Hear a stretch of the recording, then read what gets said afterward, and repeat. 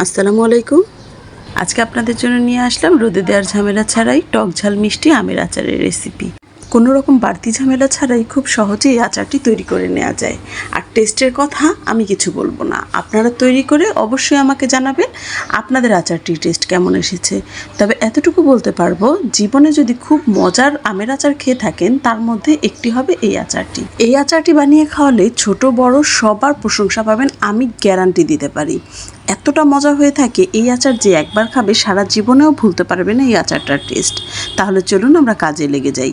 এই আচারটি তৈরির জন্য প্রথমে আমি আম নিয়ে নিয়েছি। আমি এখানে 1 কেজি আমকে খোসা ছাড়িয়ে 8 পিস করে নিয়েছি। আপনারা দেখে নিশ্চয়ই বুঝতে পারছেন, এক একটা পিসের মধ্যে আমি হালকা করে একটু র্যাক দিয়ে দিয়েছি।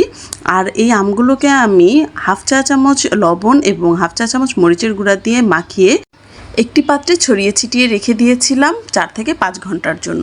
আপনারা চাইলে এই কাজটা ওভারনাইটও করতে পারেন। রাতের বেলা যদি আম কেটে এভাবে মশলা মাখিয়ে একটি পাত্রে ছিটিয়ে বা ফ্যানের বাতাসে রেখে দেন সারা রাত, তাহলে কিন্তু আপনারাও সকালে উঠে আচারটা কমপ্লিট করে ফেলতে পারবেন। এর চেয়ে বেশি শুকিয়ে ফেললে কিন্তু আচারটা জুসি জুসি হবে না। আমি এখন একটি পাত্র নিয়ে নিলাম, আর এই পাত্রে আমি দিয়ে দিলাম হাফ কাপ পরিমাণ সরিষার তেল। তেলটা যখন গরম হয়ে আসবে, আমরা যে আমগুলো শুকিয়ে রেখেছিলাম সেই আমগুলো এখানেই দিয়ে দিব। এবার আমগুলোকে নেড়ে চেড়ে উল্টে পাল্টে ভেজে নিব আমরা প্রায় 5 মিনিটের মতো। এই পর্যায়ে কিন্তু চুলার আঁচটা একেবারে লোতে রেখেছি।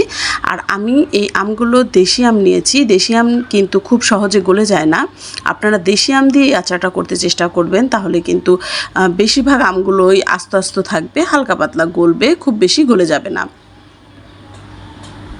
আমি 5 মিনিটের মতো তেলে ভাজার পর এখানে দিয়ে দিচ্ছি হাফ চা চামচ লবণ। লবণ কিন্তু এটাই ফাইনাল না, আমি পরবর্তীতে চেক করে আবারও দিয়ে নিব যদি প্রয়োজন বোধ করি। দিয়ে দিলাম 1/3 চা চামচ হলুদের গুঁড়া, হাফ চা চামচ পরিমাণ মরিচের গুঁড়া। আমরা কিন্তু মরিচের গুঁড়াটা এর আগেও ইউজ করেছি যখন আমটা শুকাতে দিয়েছিলাম তখনও, তাই মরিচের গুঁড়াটা একটু সাবধানে দিবেন। আপনাদের যেরকম ঝাল পছন্দ আপনারা নিজেদের পছন্দ অনুযায়ী ঝালটা দিয়ে নেবেন। এই মশলাগুলো দেওয়ার পর আমি আমগুলোকে আরও 1 মিনিটের মতো তেলের উপর ভেজে নিব।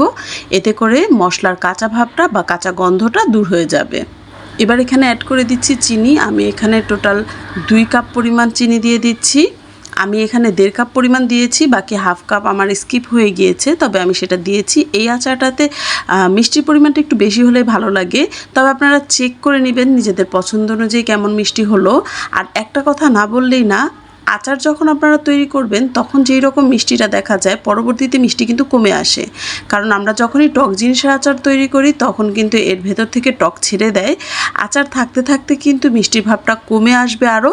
তাই আপনারা যেই রকম মিষ্টি চাবেন তার চেয়ে একটু বেশি মিষ্টি রাখতে চেষ্টা করবেন, পরবর্তীতে কিন্তু ব্যালেন্স করে নেবেন। আমি আরও 5 মিনিট আমটাকে চুলায় রাখবো। আমি একটি ঢাকনা দিয়ে ঢেকে রেখেছিলাম, আর দেখুন চিনিটা গলে পানি বের হয়ে গিয়েছে। এই পানির মধ্যে কিন্তু আমটাকে আমরা কষিয়ে নিব। এ পর্যায়ে কিন্তু আমরা ঢাকনা দিয়ে ঢাকাই থাকবে, একটু পরপর ঢাকনা সরিয়ে একটু উল্টে পাল্টে দিব। আর এই পর্যায়ে অবশ্যই চুলার আঁচটা কিন্তু মিডিয়াম লোতেই থাকবে।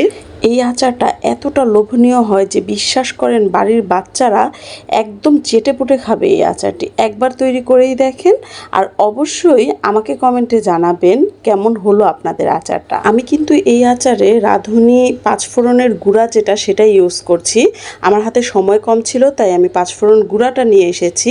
এটাও কিন্তু আপনারা খুব সাশ্রয়ী মূল্যে পেয়ে যাবেন দোকানে। আমার সময়ের স্বল্পতার জন্য আমি 5 ফোড়ন গুঁড়াটা ইউজ করেছি, তবে আপনারা চাইলে আস্ত 5 ফোড়ন ভেজে গুঁড়ো করেও এখানে দিয়ে নিতে পারেন। তবে সব মিলিয়ে এখানে 2 চা চামচের বেশি 5 ফোড়ন দেওয়া যাবে না। আমি 2 চা চামচ 5 ফোড়ন গুঁড়া দিয়ে নিচ্ছি। এবার একটু নেড়ে চেড়ে মিক্সড করে নিব 5 ফোড়নটাকে আচারের সাথে। এই সময় আমগুলো কিন্তু একেবারে সেদ্ধ হয়ে গিয়েছে, ভেতর থেকে খুব নরম। আর এই সময় নাড়া দিতে হবে খুব যত্ন সহকারে, আপনারা ঠিক যেমনটা দেখতে পাচ্ছেন। আর আচারগুলো কিন্তু 1 থেকে 1.5 মাস রেখে দেওয়ার পর সব আমগুলোর ভেতরেই খুব ভালোভাবে মশলাগুলো ঢুকে নিবে। আর আচারের বৈশিষ্ট্য এটা, আচার সঙ্গে সঙ্গে খেয়ে নিলে এটার টেস্ট খুব বেশি ভালো পাওয়া যায় না। আচার যত বেশি পুরনো হয় খেতে তত বেশি টেস্টি হয়।